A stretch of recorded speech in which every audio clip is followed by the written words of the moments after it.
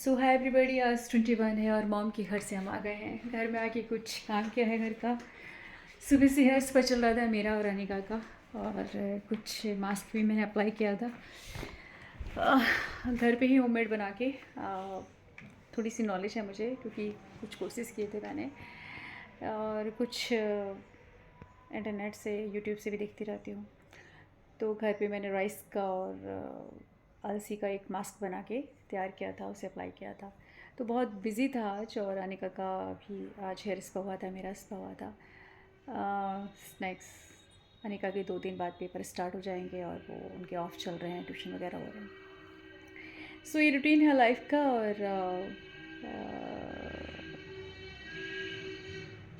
मौसम चेंज हो रहा है और अच्छा भी लग रहा है, क्योंकि घर आके मैंने घर को क्लीन भी किया है और बहुत सारा काम है जो करने के लिए है।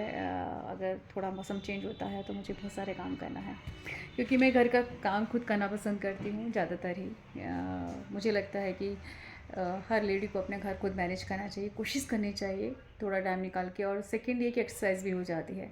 तो अगर फिज़िकल आप वर्क करते रहेंगे तो एक्सरसाइज रहती है। सेकेंड एक मुझे लगता है अगर घर में थोड़ा ध्यान देंगे तो घर थोड़ा मैनेज भी होता रहता है। तो ये तो हर लेडी का है, चाहे वो वर्किंग हो, नॉन वर्किंग हो, घर में रहती हो, बाहर का। लेकिन घर को संभालना, उसको मैनेज करना एक लेडी का काम होता है। अनिका से रिलेटेड बहुत सारे काम हो जाते हैं। उसके कपड़े मैनेज करना आ रही है। मुझे कपड़ों का बहुत शौक़ है, तो कपड़ों का आप समझते हैं कि मेरे पास अंबार लगा हुआ है, तो मुझे चीज़ें मैनेज करनी होती है। लेकिन मैंने अब सोचा हुआ है कि 8-10 बैग तैयार कर रही हूँ मैं, जो काफ़ी साल से मैंने स्टोर किए हुए थे, क्योंकि मुझे अपने पुराने कपड़ों से बहुत लगाव है। मैं कपड़े नहीं फेंकने देती पुराने। मैं बचपन से अपने पुराने कपड़े संभाल के रखती हूँ, लेकिन मुझे लगता है निकालने का टाइम आ गया है। घर छोटा है अभी, तो 8 या 10 बैग तैयार होंगे और वो दान के लिए जाएंगे। तो मैंने अब दिल पक्का कर लिया है कि नहीं, मुझे अब अपने सारे पुराने कपड़े, अनिका के सारे पुराने कपड़े निकालने हैं और 8-10 बैग तैयार होंगे और वो दान में जाएंगे। तो मैंने डिसीज़न ले लिया है कि चाहे मेरे दिल को कितनी ही तकलीफ़ क्यों ना हो, लेकिन मुझे अब घर में सारी चीज़ें क्लीन करनी है। 8-10 बैग जो भी हैं, जो पुराने मैंने इकट्ठे किए हुए हैं अपने और अनिका के, वो मुझे सारे इकट्ठे करके दान में भेजने हैं। अब मैं नहीं रखूँगी घर को नीट एंड क्लीन, बिल्कुल। विक्रांत कहते हैं कि कपड़े का समुद्र बना रखा है, तो वो मुझे ख़त्म करना है। हालांकि मुझे बहुत तकलीफ़ हो रही है, लेकिन स्टिल आई थिंक मुझे लगता है कि अब मुझे थोड़ा स्ट्रॉन्ग बन जाना चाहिए। तो ये मेरा रूटीन था। सुबह से कुछ लिखने का काम भी किया है मैंने, 1-2 गज़ल लिखी हैं। और मैंने जैसे भी पहले कहा है कि मेरी बातें चल रही हैं कि अगर मैं चाहती हूँ मेरी जो गज़ल हैं या सॉन्ग्स हैं जो मैं लिखती हूँ, वो मूवीज़ में आए। थोड़ा बहुत मैं ठीक ठाक लिख लेती हूँ और मेरी बातें भी चल रही हैं, लेकिन कहते हैं जब तक ईश्वर का आशीर्वाद ना हो, ईश्वर नया चाहें तो कुछ नहीं हो सकता। मैं सिर्फ कोशिश करती रहती हूँ, हर फील्ड में, हर जगह मैं कोशिश करती रहती हूँ। जहाँ सफलता मिलनी होती है मिल जाती है, ईश्वर का आशीर्वाद होता है, लोगों की दुआएं होती हैं, थोड़ा सा मेरा टैलेंट है, मैं लगी हुई हूँ। अगर मिल जाती है ठीक है, अदरवाइज़ ज़िंदगी है, चलती रहनी चाहिए। और एक बड़े पोएट हैं अमित शर्मा जी, उनसे मैं जुड़ी हुई हूँ। अभी उन्हें रिसेंटली योगी जी ने उन्हें अवार्ड दिया था, वीर रस के कवि हैं। तो उनके छोटे भाई जैसे कुशल जी हैं, अभी कवि सम्मेलन में भी गए थे, मैं इनवाइट किया था मुझे। कुमारेश्वर जी का कवि सम्मेलन हुआ था ये गाज़ियाबाद में। इसमें मनु वैशाली जी ने भी बहुत अच्छी कविता बोली थी, कुशल जी ने भी बहुत अच्छी कविता बोली थी, कविता पाठ किया था। तो वो अच्छे पोएट है आज की डेट में, और वीर रस के कवि हैं और भक्ति के भी वो कवि हैं। तो कुशल जी की शादी है, उसका इनविटेशन मुझे मिला है, और उसमें शायद कुमारेश्वर जी भी आएंगे। तो पॉसिबिलिटी होगी, अगर मुझे लगेगा तो मैं जाना चाहूँगी, क्योंकि एक अच्छा है, कवियों का गेट टुगेदर है। और मैं इनकी संस्था ललित फाउंडेशन से भी जुड़ चुकी हूँ। तो अमित जी बहुत अच्छे पोएट हैं, वीरस के पोएट हैं, बहुत अच्छे हैं। उनकी 2 बेटियाँ हैं और काफ़ी अच्छे इंसान हैं वो। तो मैं कोशिश करूँगी, मैं कुशल जी की वेडिंग जो शादी है, शादी का जो समारोह हो रहा है, जो शादी हेल्ड ऑन हो रही है, उसमें मैं शामिल हो जाऊँ। इसमें शायद कुमार विश्वास जी भी आएंगे, क्योंकि उन लोगों के बहुत करीब हैं, उनके ग्रुप में हैं ये लोग। मैं इनकी फाउंडेशन से जुड़ चुकी हूँ, और मैं कोशिश करूँगी कि मैं थोड़ी सी, मेरे हेल्थ के बहुत ज़्यादा इशू चल रहे हैं, वो सॉल्व हों तो मैं स्टेज पर आऊँ।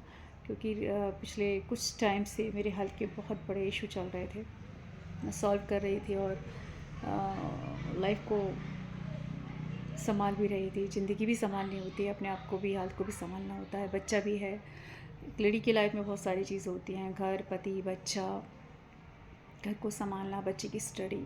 फिर बच्चे जैसे जैसे बड़े होते हैं तो उनका नेचर बदलने लगता है, उनकी ज़रूरतें बदलने लगती हैं, उनकी सोच बदलने लगती है, तो उसको भी थोड़ा सा उस चीज़ को देखना पड़ता है, उन चीज़ों को भी हैंडल करना होता है।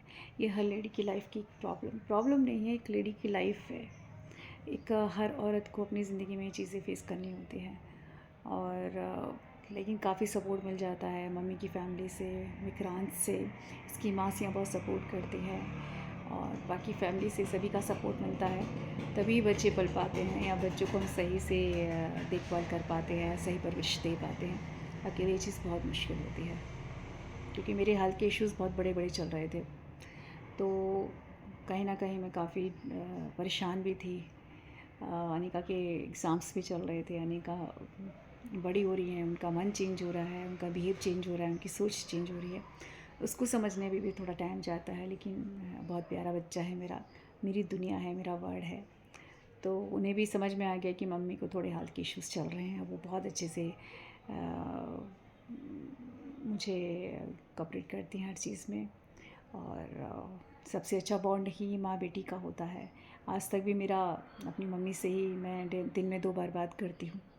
मेरी मम्मी से 2 बार बात हो जाती है, नहीं होती तो बहुत अजीब लगता है। मैं रात के 10 बजे भी कॉल कर देती हूँ कि मम्मी मेरी आपसे सुबह से बात नहीं हुई है।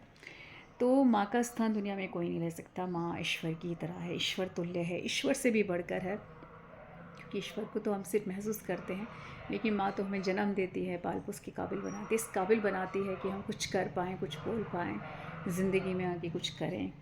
तो माँ का स्थान तो दुनिया में कोई नहीं ले सकता। और पहले मुझे इतना नहीं था, लेकिन जब से मैं माँ बनी हूँ तब से मुझे माँ का महत्व पता चला है। तो मैं भी अपनी मदर के बहुत करीब हूँ। और मैं भी एक बहुत अच्छी बेटी थी, मैं आपको बता दूँ। आई वॉज़ अ गुड बेटी। तो बड़े होकर मैंने अपनी मम्मी के लिए बहुत कुछ किया, जो आई थिंक हर बेटी को करना चाहिए और हर बेटी का कर्तव्य होता है। तो अब मुझे एक अच्छी मदर बनना है और मैं कोशिश करती रहती हूँ, लेकिन कई बार हेल्थ के इश्यूज़ आ जाते हैं, कई बार काम का प्रेशर आ जाता है, चीज़ें आ जाती हैं, जैसे मैं बहुत कुछ करना चाहती हूँ, नहीं कर पा रही हूँ, तो इस वजह से भी थोड़ा सा मैं डिस्टर्ब हो जाती हूँ।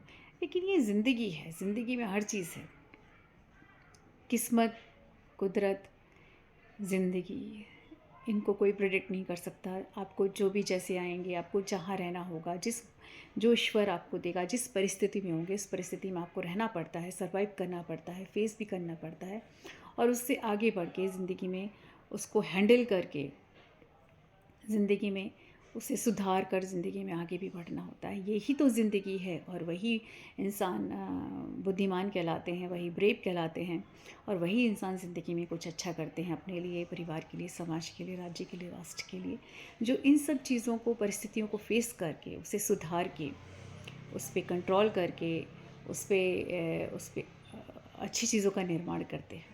क्योंकि मुश्किल परिस्थितियाँ तो हर जगह हैं, घर में भी हैं, बाहर भी हैं। ऐसी कोई जगह नहीं है, ऐसी कोई फील्ड नहीं है जहाँ मुश्किल चीज़ें ना हों। लेकिन बुद्धिमान क्या होता है? बुद्धिमान उन परिस्थितियों को हैंडल करता है, सुधार करता है और इम्प्रूव करता है। और अगर कुछ चीज़ गलत है तो नई चीज़ उसमें ऐड ऑन करता है।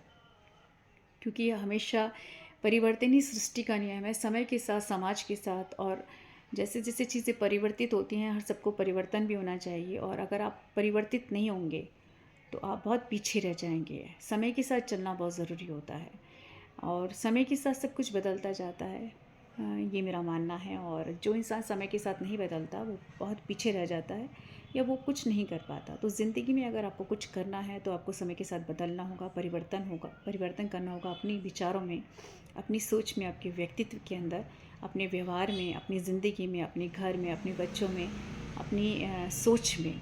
तभी आप ज़िंदगी में आगे बढ़ पाते हैं, ज़िंदगी में अच्छे और बड़े बड़े काम कर पाते हैं या बड़े बड़े काम कर सकते हैं।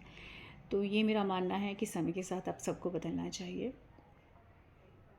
और हो सकता है शुरू में आपका विरोध हो, लेकिन बाद में जब लोगों को आपकी सच्चाई पता चलती है, आपकी नीयत का पता चलता है, आपकी भावनाओं का पता चलता है, आपके इंटेंशन का पता चलता है, तो वही लोग जो आपका विरोध कर रहे होते हैं वो सबसे पहले आपके साथ खड़े रहते हैं और आपको आगे बढ़ने के लिए प्रोत्साहित करते हैं या आपका साथ देते हैं। ये मेरा मानना है। मैंने को महसूस भी किया है, और इसी वजह से मैं ज़िंदगी में कुछ कर पाई हूँ, और वही बहुत कुछ करना चाहती हूँ, लेकिन कोई भी इंसान अपने परिवार के साथ और सहयोग के बिना कुछ नहीं कर सकता। तो हमेशा अपने परिवार को लेके चाहिए को साथ लेके चलिए, चाहे आप शादीशुदा हैं या नहीं हैं, डज़न्ट मैटर।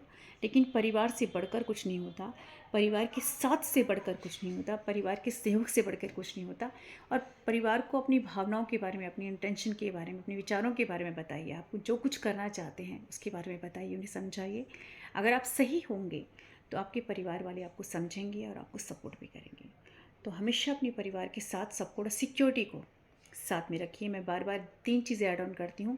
परिवार को साथ रखिए, सिक्योरिटी को साथ रखिए, और सेकंड अपने चरित्र को, अपने प्रिंसिपल्स को अपने साथ रखिए। तो आप अपनी ज़िंदगी में कुछ भी कर सकते हैं, ये मेरा मानना है। नए काम कीजिए, बड़े काम कीजिए, अलग काम कीजिए, लेकिन इन सब चीज़ों को साथ काम कीजिए। बाकी आप आए हैं तो ज़िंदगी में, धरती पे आप आए हैं अच्छे अच्छे कर्म करने के लिए, बड़े बड़े काम करने के लिए।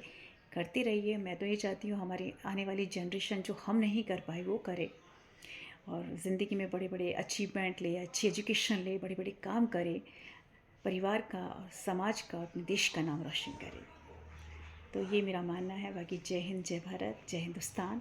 राम राज्य है, राम जी की धरती, राम जी ही मालिक और राम जी की हम प्रजा है, राम जी के वंशज हैं हम। तो आज की डेट में राम राज्य है, और हम सब राम जी की प्रजा हैं।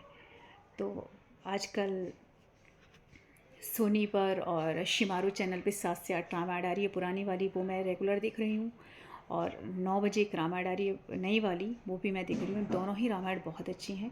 तो मेरा मानना है कि आप भी इन चीज़ों को देखिए। इन चीज़ों को देखने के बाद बहुत बड़ा परिवर्तन आता है, बहुत पॉजिटिविटी आपके अंदर आती है, बहुत ग्रांड व्यक्तित्व को आप जान पाते हैं, और अपने अंदर उन्हें ऐड ऑन भी कर सकते हैं अपने कैरेक्टरिस्टिक्स के अंदर। तो हमेशा कुछ न कुछ धार्मिक चीज़ें देखिए, कृष्णा देखिए, महाभारत देखिए, रामायण देखिए, देवों के देव महादेव देखिए, गणेश जी का नाटक गणेशाय देखिए। बहुत अच्छे अच्छे नाटक आ रहे हैं शिमारो चैनल, स्टार भारत और ये सोनी पर। आप इन सब चीज़ों को देखिए। आप देखिए आपकी ज़िंदगी में किस हद तक परिवर्तन आता है।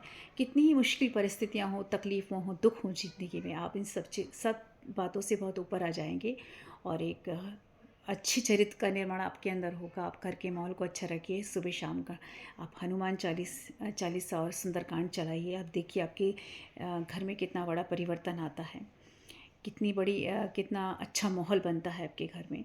कोशिश कीजिए कि आप धर्म के बहुत करीब रहिए, व्रत पूजा पाठ में रहिए। मैं दोबारा से व्रत स्टार्ट करने वाली हूँ। बीच में हेल्थ के इश्यूज़ की वजह से मैंने छोड़ दिए थे। अगर आप ये सब कुछ करते हैं तो आपकी ज़िंदगी में, आपके व्यक्तित्व में परिवर्तन आता है, घर में परिवर्तन आता है, लाइफ में परिवर्तन आता है, अपनों के, परिवार के माहौल में परिवर्तन आता है, और ये सब चीज़ें बहुत ज़रूरी हैं। हमेशा धर्म के करीब रहिए। आप चाहे कितने मॉडर्न हो, कितनी मॉडर्न लाइफस्टाइल आपकी हो, कितने मॉडर्न कपड़े आप पुट ऑन कर रहे हो, कितना मॉडर्न जीवन आपका क्यों ना हो, लेकिन अगर आप धर्म को साथ में रखे हुए हैं तो यकीन मानिए आप कभी भी पथभ्रष्ट नहीं हो सकते। कोई भी चीज़ आप कभी भी गलत दिशा में नहीं जा सकते। कोशिश कीजिए, धर्म को हमेशा अपने साथ रखिए। ये थी दिल की बातें। बाकी आप अपना और अपने परिवार का ध्यान रखिए। नमस्कार।